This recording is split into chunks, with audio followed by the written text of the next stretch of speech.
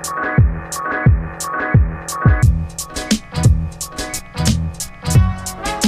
right, welcome, ladies and gentlemen, mamas and papas, brothers and sisters. Welcome to Sports Planet, the home of sports entertainment. We'll talk about everything sports, and I remain your one and only Daniel Honor. I hope you guys are enjoying your Friday. This is a lovely Friday morning, wonderful weather. All right, so it's a great time for us to talk about sports. So today we'll be talking about some very interesting topics.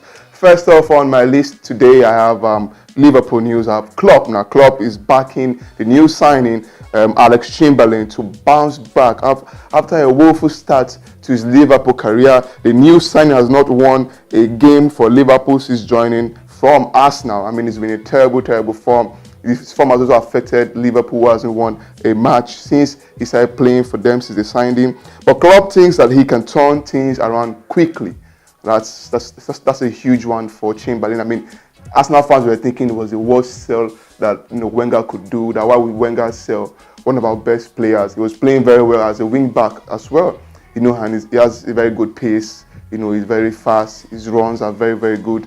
But going to Liverpool, we don't know, because maybe he wants to play more central role as a midfielder. That's what is really affecting him. But I mean, we just hope that he gets his career up and running again. He gets his form back. All right. Now moving on, surprisingly, we're going to China, the Chinese Super League. Now, this is what Tevez has said about the league. Tevez has said that Chinese players are not skilled and cannot compete with the best even in the next 50 years. Ouch.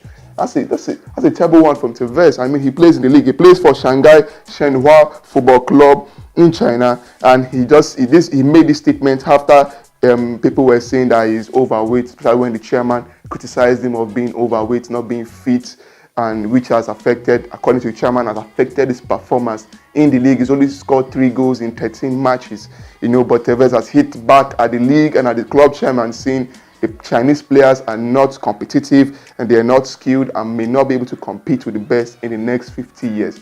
That's a terrible comment. I mean, this is a star player who's played in the best leagues in the world. So, I mean, he's got to have some point there. Now, moving over to the Spanish La Liga, Zinedine Zidane. What is happening to Real Madrid? My God, last season they were amazing. But this season to the La Liga, I mean, all is not well. The last 3 matches, they drew 2, they lost 1 at home to Real Betis. Now, after the loss to Real Betis, Zidane is calling for calm from both the players, the supporters, and the club management. Madrid has lost 7 points in just the last out of 9. 7 points out of 9 points to be gained. They've only gotten 2 points. It's been woeful performance from them, and they're now 7 points behind their rivals, Barcelona. I mean, it's terrible. 7 points behind Barcelona. How do you catch up?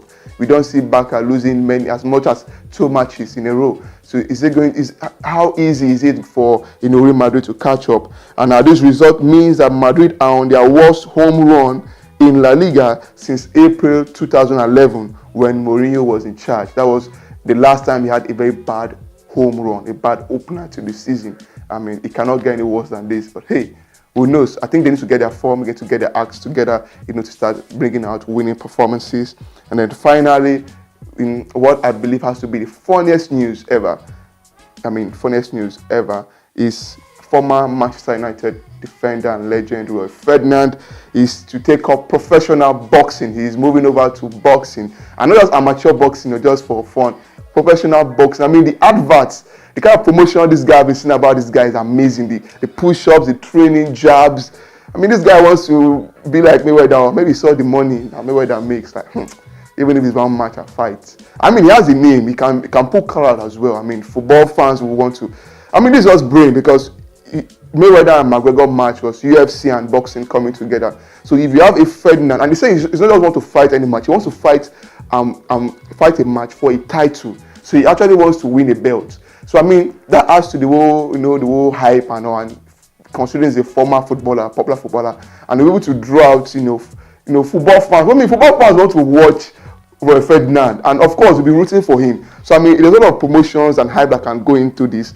I mean, it's very strategic and wise, And also, again, former world heavyweight champion Tyson Fury has reached out to Ferdinand on social media and saying that he is offering to give Ferdinand any kind of advice and help that he will need to be successful in his new boxing career.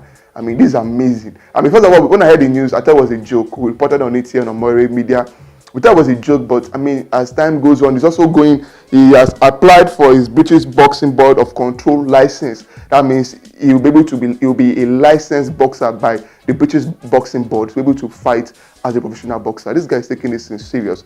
So from us here at Sports Planet, we are wishing Ferdinand a wonderful boxing career. All right, when we return, we'll be talking about the EPL fixtures. Do not go anywhere. We'll be right back.